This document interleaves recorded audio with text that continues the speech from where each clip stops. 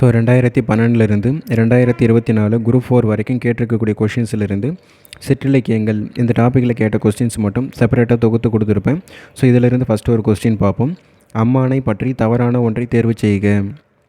அம்மானை என்பது ஒரு வகையான காய் விளையாட்டு. ஸோ அது சரிதான்.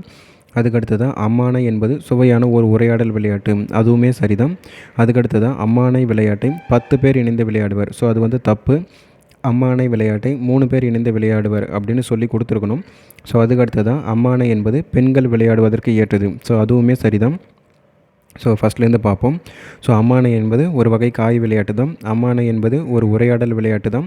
அதுக்கடுத்ததான் அம்மானை என்பது 10 பேருன்னு சொல்லி வந்திருக்கக்கூடாது. அம்மானை விளையாட்டை 3 பேர் இணைந்து விளையாடுவர்னு சொல்லி கொடுத்துருக்கணும். அதுக்கடுத்ததான் அம்மானை என்பது பெண்கள் விளையாடுவதற்கு ஏற்றது தான். ஸோ இதில் எது தப்புன்னு பார்த்தோம்னா சி தான் இதில் தப்பு. அங்கே 10 பேர் வரக்கூடாது, அதுக்கு பதிலாக 3 பேருன்னு சொல்லி கொடுத்துருக்கணும். ஸோ அதுக்கடுத்ததான் கண்ணுடையம்மன் பல்லு நூல் எவ்வகையை சார்ந்ததுன்னு கேட்டிருக்காங்க. கண்ணுடையம்மன் பல் என்பது சிற்றிலக்கிய வகையை சார்ந்தது. கண்ணுடையம்மன் பல் என்பது சிற்றிலக்கிய வகையை சார்ந்தது. ஸோ அதுக்கடுத்ததான் மடந்தை பருவத்தின் வயது கேட்டிருக்காங்க. மடந்தை பருவத்திற்குரிய வயது என்பது 14 to 19 வரும். மடந்தை பருவத்திற்குரிய வயது என்பது 14 to 19 வரும். ஸோ பெதும்பைக்கான வயதை பார்த்தோம்னா 8 to 11 வரும். மங்கைக்கான வயதை பார்த்தோம்னா 12 to 13 வரும். அறிவைக்கான வயதை பார்த்தோம்னா 20 to 25 என்பது வரும். ஸோ அதுக்கடுத்ததான் ஊரோடு தோற்றமும் உரிதன மொழிப என்ற தொல்காப்பிய நூற்பாவுக்கு ஏற்றதொரு இலக்கிய வடிவம் பார்த்தோம்னா உலா என்பது வரும். இந்த ஊரோடு தோற்றமும் உரிதன மொழிப, ஸோ இந்த வரிகளில் குறிப்பிடப்படும் இலக்கியம் எதுனா உலா. ஸோ உலாவை பற்றி தான் இதில் குறிப்பிடுவாங்க. ஸோ அதுக்கடுத்ததான் குறவஞ்சி என்பது சிற்றிலக்கிய வகையை சார்ந்தது. குறவஞ்சி என்பது சிற்றிலக்கிய வகையை சார்ந்தது. அதுக்கடுத்ததான் பலப்பட்டை சொக்கநாத பிள்ளை எழுதிய மற்றொரு தூது நூல் எதுன்னு பார்த்தோம்னா தென்றல் விட தூது. ஸோ தென்றல் விட தூது எழுதியவர் யாருன்னா பலப்பட்டை சொக்கநாத பிள்ளை. ஸோ அதுக்கடுத்ததான் அம்மானை என்பது யாதுன்னா அம்மானை என்பது பெண்கள் விளையாடும் விளையாட்டு. அம்மானை என்பது பெண்கள் விளையாடும் விளையாட்டு. ஸோ அதுக்கடுத்ததான் திருமலை முருகன் பல்லு கூறும் நெல் வகைகளில் கூறாத நெல் எதுன்னு சொல்லி கேட்டிருக்காங்க. ஸோ காடை சம்பா. இந்த காடை சம்பாதம் திருமலை முருகன் பல்லில் வராத நெல் வகையாகும். ஸோ அப்போ மீதி இருக்கக்கூடிய இந்த சீதாபோகம், புழுகு சம்பா, அதுக்கப்புறமா இந்த சொறி குரம்பை, இது எல்லாமே திருமலை முருகன் பல்லில் வரக்கூடிய நெல் வகைகள் ஆகும். ஸோ அதுக்கடுத்ததாக தொல்காப்பியம் குறிப்பிடும் புலன் என்னும் இலக்கிய வகை நூல் எதுனா பல்லு ஆகும். தொல்காப்பியம் குறிப்பிடும் புலன் என்னும் இலக்கிய வகை சார்ந்த நூல் எதுனா பல்லு ஆகும். ஸோ அதுக்கடுத்ததான் வரதநஞ்ச பிள்ளை தான் இயற்றிய தமிழரசி குறவஞ்சி என்ற நூலை எங்கு அரங்கேற்றினார்னா கரந்தை தமிழ்ச்சங்கத்தில் அரங்கேற்றியிருப்பார். வரதநஞ்ச பிள்ளை தான் இயற்றிய தமிழரசி குறவஞ்சி என்ற நூலை எங்கு அரங்கேற்றினார்னா கரந்தை தமிழ்ச்சங்கத்தில் அரங்கேற்றியிருப்பார். ஸோ அதுக்கடுத்ததாக போலி புலவர்கள் கூட்டம் பெருகாமல் தலையை வெட்டிய புலவர் யாருன்னா ஒட்டக்கூத்தர். போலி புலவர்களது கூட்டம் பெருகாமல் இருக்க தலையை வெட்டிய புலவர் யாருன்னா ஒட்டக்கூத்தர். ஸோ அதுக்கடுத்ததான் திருமலை முருகன் பல்லு நூலின் ஆசிரியர் யாருன்னா பெரியவன் கவிராயர். திருமலை முருகன் பல்லு என்ற நூலின் ஆசிரியர் யாருன்னா பெரியவன் கவிராயர். ஸோ அதுக்கடுத்ததாக பொருந்தாத இணையினை கேட்டிருக்காங்க. ஸோ ராஜராஜ சோழ நூலாம் யார் எழுதியிருப்பாருன்னா ஒட்டக்கூத்தர் தான் எழுதியிருப்பார். ராஜராஜ சோழ நூலாவை எழுதியவர் யாருன்னா ஒட்டக்கூத்தர். அதுக்கடுத்ததாக திருவேங்கட அந்தாதி எழுதியவர் யாருன்னா பிள்ளை பெருமாள் ஐயங்கர். திருவேங்கட அந்தாதியை எழுதியவர் யாருன்னா பிள்ளை பெருமாள் ஐயங்கர். அதுக்கடுத்ததாக மதுரை கலம்பகம் யார் எழுதியிருப்பாருன்னா குமரகுருபர் தான் எழுதியிருப்பார். ஸோ மதுரை கலம்பகம் எழுதியவர் யாருன்னா குமரகுருபர். ஸோ முக்குடர் பல்லுக்கு நாதகுத்தனார் என்பது வரக்கூடாது. முக்குடர் பல்லுக்கு ஆசிரியர் பேர் கிடையாது. ஸோ இதுதான் இதில் பொருந்தாதது. ஸோ அதுக்கடுத்ததான் அஷ்டபிரபந்தம் கீழ்கண்டவற்றுள் எதனை குறிக்கும்னா அஷ்டபிரபந்தம் என்பது 8 சிற்றிலக்கியங்களை குறிக்கும். அஷ்டபிரபந்தம் என்பது 8 சிற்றிலக்கியங்களை குறிக்கும். ஸோ அதுக்கடுத்ததான் திருவேங்கட அந்தாதி என்னும் நூலின் ஆசிரியர் யாருன்னா பிள்ளை பெருமாள் ஐயங்கர். திருவேங்கட அந்தாதி என்ற நூலின் ஆசிரியர் யாருன்னா பிள்ளை பெருமாள் ஐயங்கர். ஸோ அதுக்கடுத்ததான் அழகர் கிள்ளை விடுத்துவது எனும் சிற்றிலக்கியம் எத்தனை ஆண்டுகளுக்கு முந்தைய நூல்னா 250 ஆண்டுகளுக்கு முந்தைய நூலாகும்.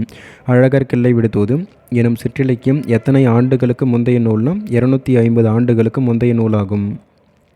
ஸோ அதுக்கடுத்துதான் 26 முதல் 32 வயது வரை உடைய பருவ மகளிர் என்பது தெரிவைக்கு வரும். 26 முதல் 32 வயது வரை உடைய பருவ மகளிர் என்பது தெரிவைக்கு வரும். ஸோ அதுக்கடுத்ததாக பொருந்தாத தொடரை குறிப்பிடுகன்னு சொல்லி கேட்டிருக்காங்க. ஸோ உலா 5 பருவத்திற்கு வராது. உலா என்பது 7 பருவங்களை கொண்டுள்ளது.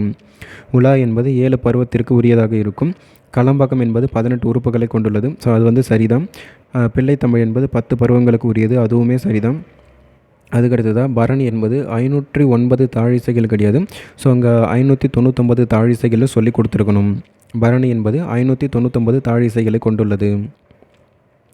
ஸோ அதுக்கடுத்து தான் தமிழரசி குறவஞ்சி இயற்றியவர் யாருன்னா வரதநஞ்ச பிள்ளை. தமிழரசி குறவஞ்சி இயற்றியவர் யாருன்னா வரதநஞ்ச பிள்ளை. ஸோ அதுக்கடுத்து தான் அம்மானை என்பது டேஷ் விளையாடும் விளையாட்டுன்னா அம்மானை என்பது பெண்கள் விளையாடும் விளையாட்டு. ஸோ அதுக்கடுத்து தான் மூவருலாம் எந்த மன்னர்களை பற்றி பாடப்பட்டதுன்னா சோழர்களை பற்றி பாடப்பட்டது. மூவருலாம் எந்த மன்னர்களை பற்றி பாடப்பட்டதுன்னா சோழ மன்னர்களை பற்றி பாடப்பட்டது தான் மூவருலாம். ஸோ அதுக்கடுத்து தான் முருகனால் சிறையிலிடப்பட்டவன் யாருன்னா நான்முகன் ஆகும். முருகனால் சிறையிலிடப்பட்டவன் யாருன்னா நான்முகன். ஸோ அதுக்கடுத்து தான் அம்மானை என்பது டேஷ் விளையாடும் விளையாட்டுன்னா அம்மானை என்பது பெண்கள் விளையாடும் விளையாட்டு தான். ஸோ அதுக்கடுத்து தான் திருவேங்கட அந்தாதி என்ற நூலின் ஆசிரியர் யாருன்னா பிள்ளை பெருமாள் ஐயங்கர். திருவேங்கட அந்தாதி என்ற நூலின் ஆசிரியர் யாருன்னா பிள்ளை பெருமாள் ஐயங்கர். ஸோ அதுக்கடுத்து தான் திவ்ய கவி என்று அழைக்கப்பட்டவர் யாருன்னா பிள்ளை பெருமாள் ஐயங்கர் தான் திவ்ய கவி என்று அழைக்கப்பட்டிருப்பார். திவ்ய கவி என்று அழைக்கப்பட்டவர் யாருன்னா பிள்ளை பெருமாள் ஐயங்கர். ஸோ அதுக்கடுத்து தான் பெண்களின் பருவங்களில் மங்கை பருவத்திற்குரிய வயது வரம்புனா 12 to 13 என்பது வரும். மங்கை பருவத்திற்குரிய வயது என்பது 12 to 13 ஆகும். ஸோ அதுக்கடுத்து தான் பொருந்தாத இணையை குறிப்பிடுக. ஸோ சிற்றிலக்கியங்கள் என்பதுனா 96 வகையை சார்ந்தது தான். ஸோ அது சரி. அதுக்கடுத்து தான் திருக்குறள் என்பது முப்பால் பகுப்பு கொண்டது. அதுவுமே சரி தான். மலைப்படுகடாம். ஸோ அதுக்கான வேறு பேர் தான் கூத்தராற்று படை. ஸோ அதுவுமே சரியாக கொடுத்துருக்காங்க. பரிபாடல் என்பது 10 பாட்டில் வராது, 8 தொகையில் வரும். ஸோ அப்போ இங்கே மிஸ்டேக் பண்ணியிருக்காங்க. பரிபாடல் என்பது 8 தொகையில் வரக்கூடியது. ஸோ அப்போ இதில் இதான் பொருந்தாதது. ஸோ அதுக்கடுத்து தான் திருச்செந்தீர் கலம்பகம் எனும் நூலை இயற்றியவர் யாருன்னா ஈசான தேசிகர். திருச்செந்தீர் கலம்பகம் என்ற நூல் எழுதியவர் யாருன்னா ஈசான தேசிகர். ஸோ அதுக்கடுத்து தான் திருவேங்கட அந்தாதி எனும் நூலை இயற்றியவர் யாருன்னா பிள்ளை பெருமாள் ஐயங்கர். திருவேங்கட அந்தாதி என்ற நூல் இயற்றியவர் யாருன்னா பிள்ளை பெருமாள் ஐயங்கர். ஸோ அதுக்கடுத்து தான் கீழே காண பெறுவனவற்றுள் பொருத்தமற்ற கூற்றை தேர்வு செய்யுன்னு சொல்லி கேட்டிருக்காங்க. ஸோ இதில் எது பொருந்தாததுன மாதிரி தான் கேட்டிருக்காங்க. ஸோ பண்டைய தமிழகம் சேரர் சோழர் பாண்டியர் எனும் மூவேந்தர்களால் ஆளப்பெற்றது. ஸோ அது வந்து சரிதான். பண்டைய தமிழகம் என்பது சேர சோழ பாண்டியர் எனும் மூவேந்தர்களால் தான் ஆளப்பெற்றது. அதுக்கடுத்து தான் நகை அழுகை உவகை பெருமிதம் முதலான பல சுவைகள் தோன்றுமாறு பாடப்படும் பாடல் பல்சுவை பாடல்களாகும். ஸோ இதுவுமே சரிதான். நகை அழுகை உவகை பெருமிதம் முதலிய பல்சுவைகள் தோன்றுமாறு பாடப்படும் பாடல் வகை என்பது பல்சுவை பாடல்களாகும். ஸோ அதுக்கடுத்து தான் தேர் யானை குதிரை காலால் படைகளின் வலிமை வீர சிறப்புகளையும் போற்றுவது என்பது புறப்பாடல்களாகும். ஸோ இதுவுமே சரிதான். புறப்பாடல்கள் என்பது இந்த தேர் யானை குதிரை காலற்படைகளுடைய வலிமை வீரச்சிறப்பு இதை பற்றி எல்லாமே போற்றக்கூடிய பாடல் எதுனா இந்த புறப்பாடல்களுக்கு தான் வரும். ஸோ அதுக்கடுத்து தான் நாட்டு வளம் செல்வ வளம் செங்கோல் மாண்பு உரைக்கும் அரசு ஆவணமாக காவடி சிந்து திகழ்கிறது. ஸோ இது வந்து இதில் மிஸ்டேக்காக இருக்குது. காவடி சிந்து என்பதுனா ஸோ முருகப்பெருமானை பற்றி சிறப்பித்து பாடக்கூடியது தான் காவடி சிந்து. அது வந்து இந்த நாட்டு வளம் செல்வ வளம் செங்கோல் மாண்பு பற்றியெல்லாம் குறிப்பிடாது. ஸோ அப்போ இதில் டி தான் இதில் பொருந்தாதது. ஸோ அதுக்கடுத்து தான் அம்மானை பற்றி கீழ்கண்டவற்றுள் சரியானது எதுன்னு தான் கேட்டிருக்காங்க. ஸோ அம்மானை என்பது மகளிர் விளையாட்டு வகைகளில் ஒன்று. ஸோ அது வந்து சரிதான். அம்மானை என்பது மகளிர் விளையாடக்கூடியது தான். அதுக்கடுத்து தான் அம்மானை ஆடும்போது மகளிர் பாடும் பாட்டுக்கு அம்மானை வரி என்பது பெயர். ஸோ அதுவுமே சரிதான்.